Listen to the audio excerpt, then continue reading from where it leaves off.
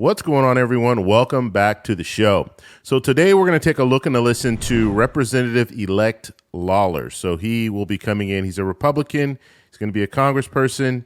And we need to talk about Social Security. You guys know anytime I see politicians talking about Social Security or mentioning Social Security, I want to bring that to your attention, just so you know how these politicians feel, or at least how they talk about these different programs. So that's what we're going to focus on today. But first off, you guys can do me a favor. Please like the video, subscribe to the channel, hit that little bell notification, and then click all. By clicking all, you'll get notified anytime I put out a video. We do daily videos here, so by clicking the bell notification and clicking all, you should be notified anytime I put out a video.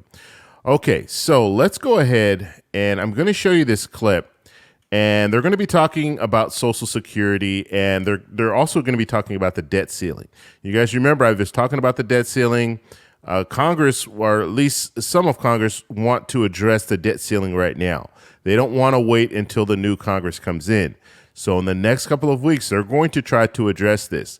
Now, if they can't come to some type of a resolution when it comes to raising the debt ceiling, then we'll be looking at it next year. They're trying to avoid this, because when I say they, I'm mainly talking about the Democrats. Democrats are controlling, right now, they're controlling the House and the Senate, and so they want to get this done before the new Congress comes in, because there'll be split government. If you have split government, it's going to be hard to raise the debt ceiling at that point, and then we could default on our loans. And so that's what they're talking about here. They're actually talking about voting on it next year, or voting on it when the new Congress comes in. But I still want to show you, I don't think that's going to happen. I think they'll be able to come together, at least the Democrats can come together and pass this raising of the debt ceiling. They're going to need some help in the Senate, obviously, but when it comes to the House, they shouldn't have any problem passing it.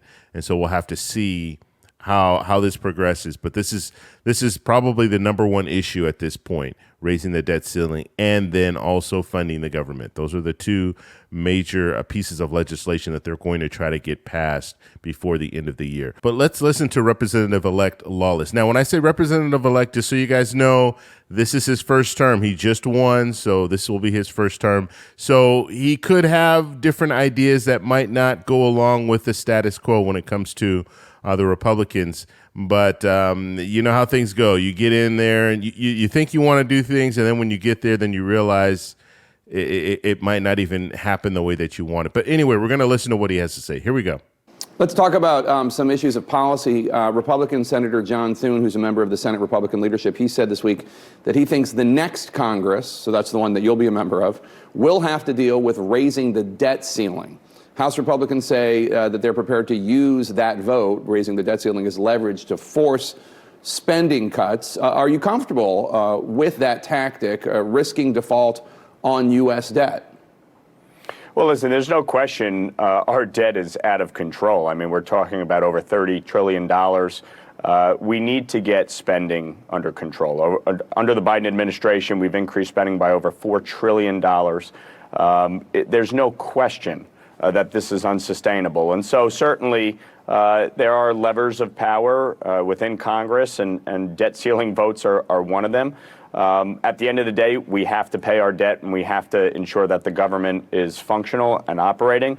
But I think there really needs to be, frankly, a come to Jesus on this when it comes to spending. Both parties have been guilty of this over recent years, and we need to be serious about tackling our out-of-control spending and debt. And so I think this is going to be a discussion that is warranted moving forward. I mean, you say that, and you note it's both parties, and that's true. I just want to note that the deficit grew every year under the Trump administration, and the debt grew by $8 trillion. 2 of those years, obviously, Republicans were in control. I don't sense an appetite among your fellow House Republicans to take on the fight. There are individuals like John Thune and others, but generally in the House, I don't sense it. Senator Thune floated this week an effort to, quote, get serious about possible changes to make Social Security and Medicare more sustainable. He wants to do this during the debt ceiling battle. Would you support any changes to these social safety net or entitlement programs? Well, as I said during my campaign, we have to protect Social Security and Medicare. it is critically important. There are obviously significant challenges with both programs going forward. We need to ensure that the trust fund is sustainable. And so I think we need to evaluate what needs to be done. Frankly, I think there should be a blue ribbon commission, much like was done back in the 80s, a bipartisan commission, to evaluate the long-term aspect of Social Security and Medicare, but we have a responsibility to fulfill our commitments there. And so my objective is to make sure that they are sustainable for the long term. Okay, so that was Representative-elect Lawler, and you heard we talked about it's sustainable. We don't know what sustainable means. Okay, so you're going to hear politicians use different words. They don't want to say cuts to Social Security or anything like that. So they'll say we want to make it more sustainable. And of course, people are going to look at that and say, yes, we want it to be sustainable. But that could mean that the full retirement age gets raised up to 70. That could mean that they're going to make subtle cuts or some cuts to Social Security. We don't know exactly what they have in mind when they say sustainable. Obviously, the trust fund needs to be addressed. Okay. Now, in that question and answer, you didn't hear him say anything about expanding Social Security. Okay. You didn't hear anything about a $200 raise for Social Security or anything like that. You heard about the debt ceiling and how they could use the debt ceiling as leverage to try to make Social Security and Medicare more sustainable.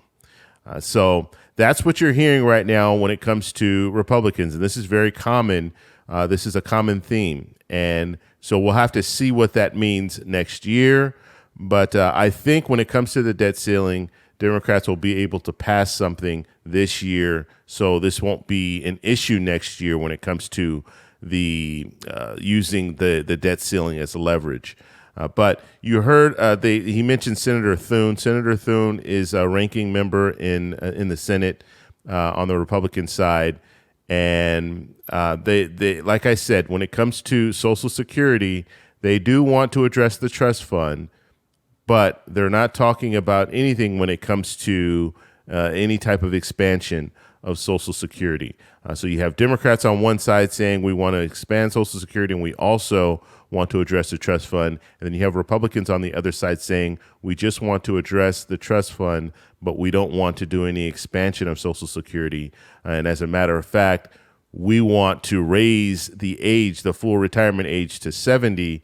And that in itself is a cut because just think about it. If you can receive Social Security, let's say starting at 66 or 67, then you have a longer period where you can collect Social Security.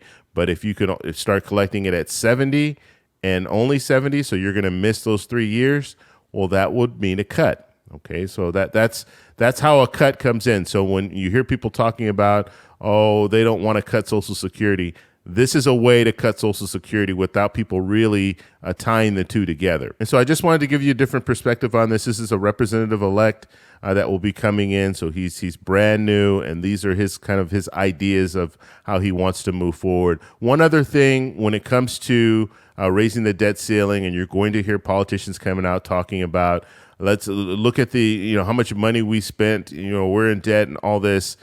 He mentioned the $4 trillion, the representative elected, but he didn't. You notice he didn't talk about the Republican spending. He said both parties spend, but he made sure to say $4 trillion, but he didn't talk about the $8 trillion that was spent during the Trump administration. And so they play little games like that. They'll say, yeah, both people, both sides spend, but they're not going to tell you the amount. Because if he would have said $8 trillion was spent during the Trump administration, then you would look at the $4 trillion and say, well, wow, in the Trump administration, they spent twice as much as they did in the Biden administration. So it's very interesting how politicians, they choose their words very wisely. And in a situation like this, he was pretty much outed, and he didn't have any response to that because it's true. When it comes to spending, both Democrats and Republicans love to spend. And if they're in power, they want to spend. But when they're not in power, that's when they start saying we can't be spending all this money. That's just their way of trying to keep legislation from moving forward. So we'll have to see how this all works out next year, but I just wanted to show you this video, and let me know what you guys think in the comment section below. If you like this video, please give me a thumbs up. Please subscribe for more, and I'll talk to you in the next one. Bye.